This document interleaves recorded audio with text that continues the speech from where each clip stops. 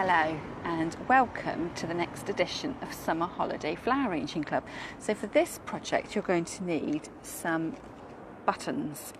Now I've been collecting lots and lots of, it's not pink or red, but lots and lots of pink and red buttons. And I will say that if you're into collecting buttons, keeping them in jam jars is a really handy trick, especially if you colour code them, if you have the time and energy to do that. I don't normally. I normally have my buttons in a huge sweet jar and I just tip them out onto a tray and pick out the ones that I want to use. So I'm going to be using buttons today, and I'm also going to be using a piece of florist's wire, and this is called reel wire, R-E-E-L, because it's sold on a reel. And if you're into flower arranging, you may well have some of this wire in your toolbox. But if it's all brand new to you, you could be using fuse wire or try going to a craft shop. So the reason I'm using wire is because I'm going to be making in effect a little bangle to put around my jam jar, and the wire just holds really well. So if you had more patience, you could thread your beads onto embroidery thread or a piece of string, or even the bind wire that I have also put a link to. But you might find that the bind wire, if bind wire or whatever you choose to use, needs to be reasonably skinny, because otherwise it won't get through your, I know you said beads there, it could be beads or your buttons. So yes, beads or buttons would be really, really good. So jam jar, beads, length of wire. If you're using wire, what I tend to do is I don't cut off the wire to the length I want. I keep it on the reel, because you never know, if you get really carried away with what you're doing, you don't want to stop your creativity midway through. So I tend to leave my wire fixed on the reel here, but it doesn't matter if you cut it, because if you decide that you want to go on and on and on adding beads or buttons, that you could always just screw tie bits of the wire together. So what I'm going to do, I'm going to go random. So I've sorted out my buttons and I'm going to thread them onto my wire. So this is really, again, it's a really simple job to do. There's no difficulty about it. So I'm just going in and out. Actually, I'm going to stretch it right down and then go in. And the only problem you'll have is, much like when you're sewing, that your wire might become slightly tangled. So I've just gone in and out as if you're making the first stitch for tying, sewing buttons onto a shirt, and then I'm going to twist the button and the wire around, see, like that, and that just means that the button will stay, so they're not going to slop around. And then the next button coming along. So I'm just picking, my buttons are a total random mix. If you had buttons that you wanted to make patterns of, so twist it around to hold it in place. You could put your buttons really close together or separate them out. It's entirely up to you. So this is, I'm just showing you an idea, and then you can adjust it to suit what you want to do. This is something, again, if you're working with children, oops, catching my camera there, that you could sit there and thread together, do it in front of the telly of an evening. It's quite, all these projects are quite therapeutic. Don't take too much thought power, although you do need to concentrate. And with everything, you carry on going until you've either run out of your buttons or your beads, or you think you've reached a perfect length. So I will carry on stitching away. So I'm mixing them together. The only thing I've done is to keep the colours together. So if you had a random set of buttons, you could just go totally random. But I thought it would look better if I kept my colours quite limited. So I've gone for these pink and red tones. You could go white, or you could go multicoloured. You could do a stylish and sophisticated bangle and let the children you know, go crazy with their uninhibited colour combinations.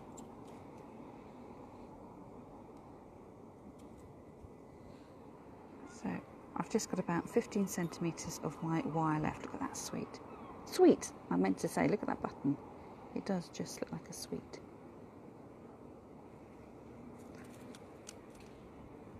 So this little technique here is really great because you could adapt it and make yourself some jewellery. A little flower button there. You know, scrunch it up and make a lovely bracelet. Tie it around your neck and have your own handcrafted necklace. So I've probably got 30 centimetres worth of buttons, but this would look really great. Bouncy a bit there. You know, if you did a metre length of this, it would look absolutely fantastic. I think it would look really lovely.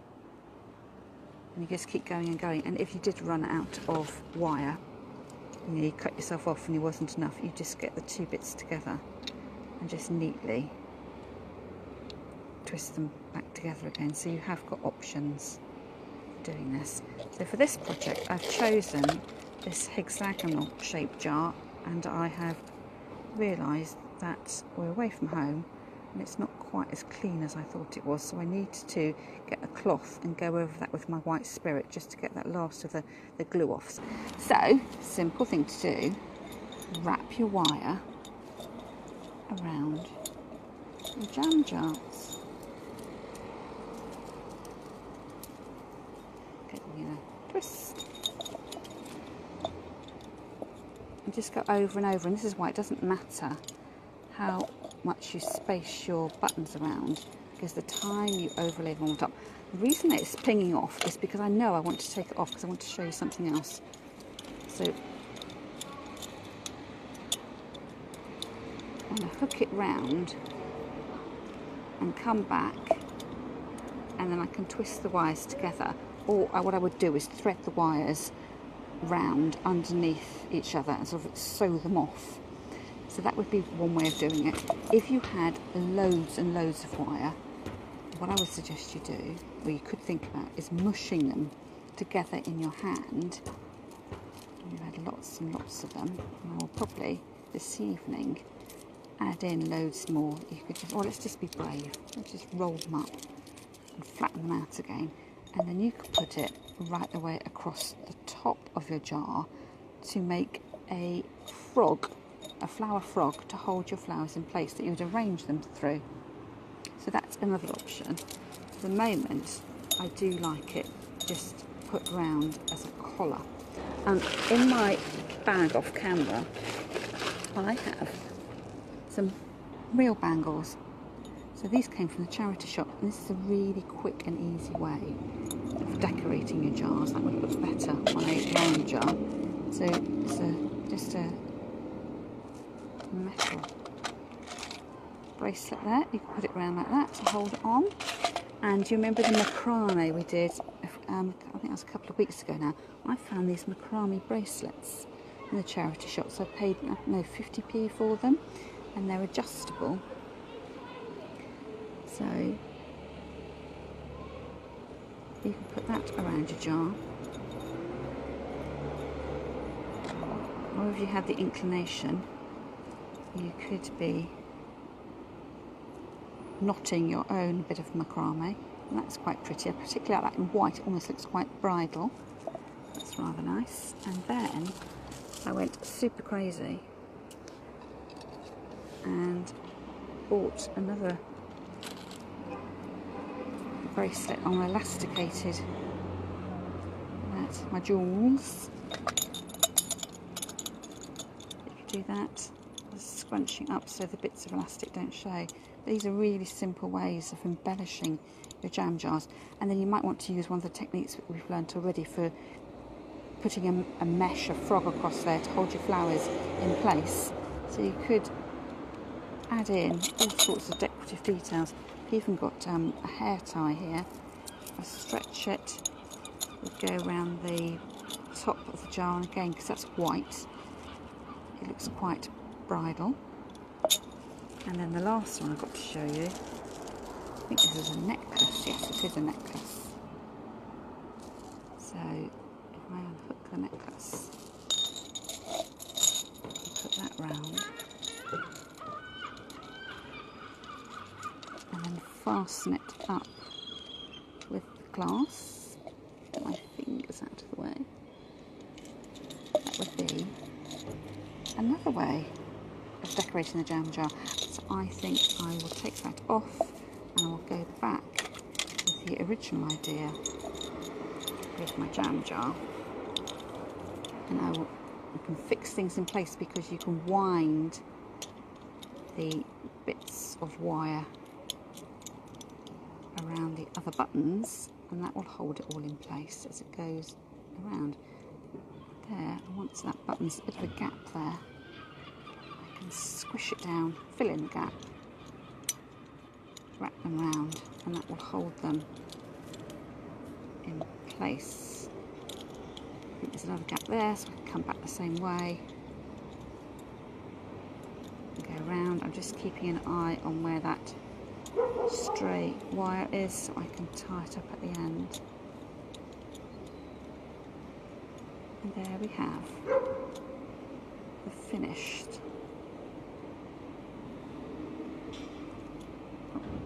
decoration. So I'm just twisting it down to the end. You could cut that off really short, but what I will do is turn it back in on itself, the cut ends, because you don't want to scratch yourself and you don't want it to show.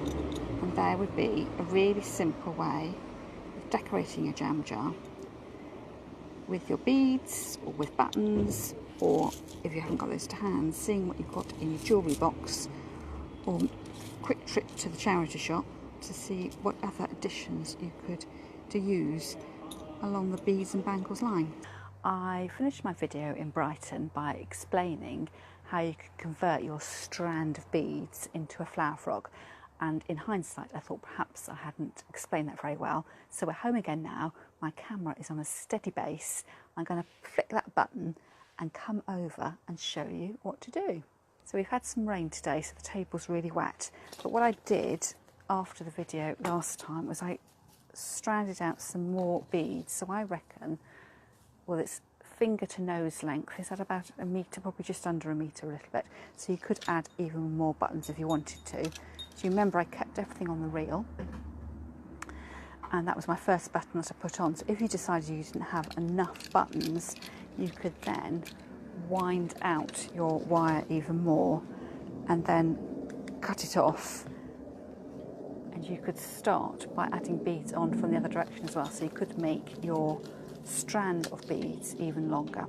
So this is a really great bit. I'm going to move that water out of the way. To make your flower frog. So a frog is just a way of, it's a support structure for your flowers to stop them falling around in your vase. And this is great fun to do because I've put these buttons on a piece of wire. I can scrunch them up. So I'm just doing that randomly. I'm not thinking about it. I've just gone scrunch, scrunch, scrunch, and created a sort of flat saucer of buttons. And then with my extra long wire, I can get rid of that by threading it in and out, and I'll just make sure that the end of this wire and the beginning of the wire from the other end is just tucked out of sight, primarily because I want it to look neat, and also because you don't want to be scratching yourself on the frog. So I'm stitching it in and out, and then on the back, this last bit of wire, I'm just going to turn it in on itself, just so that cut end isn't exposed and you could squash it down. So whatever way you find best for just hiding that stem. So there's still an opportunity to mush things around a bit. And there's my end from the beginning. So I'll tuck that one out as well, and then bend it over so it goes sort of more into the middle of the little disc of buttons. And then you could, depending on your inclination, spend ages just shaping this into the perfect circle, or you could get it to go a bit more freeform, so it's entirely up to you what you want to do. But it is quite nice. Just playing with the wires. This bit here is sort of looping out a bit. I could thread it back in, and this bit of wire here is sticking out. I can push it back in again. So we're just making a disc, which then I could either place on top of my existing button jar, but if you feel that is a bit too over the top with buttons, you could have it as a standalone idea. So you'll see that although I've shaped it into a rough circle, there are holes in it, you can see through it, and that's where we're going to arrange the flowers through the holes, and that's what will make the flowers stay in place. And I think I've explained before that we don't have lots of flowers in our garden. It's mainly a garden full of shrubs and greenery, but I have managed to find some stems which I think are going to work really well with these green buttons and the red buttons and the green wire. So first of all, I shall fill up my jam jar, my vase, with water. And then the flowers I've chosen are hypericum. So this is the berries from the Rose of Sharon flower. So it's an acid yellow flower and it has berries in it. You can buy hypericum from your florist shop and it'll have much rounder, fuller, almost like beads, berries on there. So some of them are green, some of them are red. You can get them in white and peachy pink. It does have a distinctive smell to it, which you may not like. So with all flower arranging, I would go through and take off the leaves. It's really great fun, holding firmly onto the stem, but pinching the leaves off as you go along, sort of combination of me pulling down and pulling up at the same time. So I've got that to use, which you'll need cutting to size. And then a shortage of flowers. And this is a red, I think it probably is a Busy Lizzie, a sort of more ornamental Busy Lizzie. So now we've got even less flowers in the garden, but I thought it was I quite like the colour combination. Of course, I'm going red and green, so it's a really good match. And then a geranium leaf. So this is a native geranium, and I've picked this because it's got a red tinge to it. So it's the first signs of autumn, and I thought it'd be quite nice to showcase the different colours there. So I'll start off by putting my flower frog over the top. So this just balances like that. And then cutting my flowers to size. So the easiest way of doing that is taking your scissors, is to hold your flowers upside down. And do this very gently with a leaf. I'm not going to damage it. So I'm holding the leaf up against the jam jar, and that then gives me an idea of where to cut it. So I cut it there. It'll be dead level with the bottom of the jar, so I might come in a tiny bit shorter, half a centimetre shorter, and then slide the leaf into the jar. And you know, I think that looks lovely just as it is, and you don't want to necessarily hide all this beadwork that you've been doing with lots and lots of flowers, which is why I'm not using many flowers. Two reasons: number one, I've not got many flowers in the garden, and number two, I don't want to hide this decorative work here. And then with my Busy Lizzie, quite possibly I shall cut it to size, and I'm thinking that I might, again, gently holding it upside down, my hands hiding the camera there, so I'll come around this side, upside down, but not so heavy-handedly that I'm damaging the head against the table. And then I can line up and decide where to cut it, and cut it at an angle, and that way there's more surface area for taking up water. So you can see, put it there, it's quite an exaggerated point. It's given me an oval shape for taking up the water. So I could put the flower in like that, but it is starting to fill up and to cover up all that beadwork. So I'm going to go back in and pinch off these leaves here. And you decide how many you want to pinch off. And I've already actually pinched off some of the dead flowers that they've gone over. Possibly I might leave a few leaves on. Let's leave it like that. And then thread that through